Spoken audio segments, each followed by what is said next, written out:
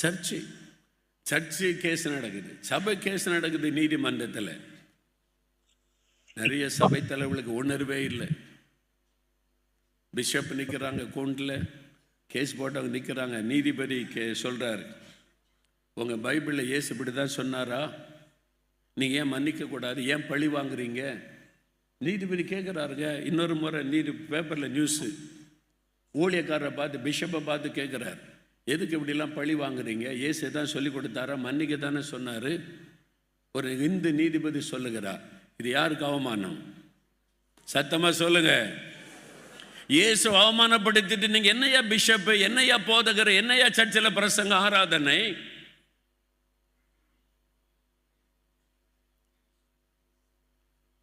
இயேசு அவமானப்படுவார இந்த சிந்தை நமக்கு இருக்குதா? எவனோ ஒருத்த பொய்யான குத்த சாட்டுக்கு போட்டான்னு அதுக்கு பரவாயில்ல, சர்ச்சுக்குள்ளேயே ஒருத்தருக்கு ஒருத்தர்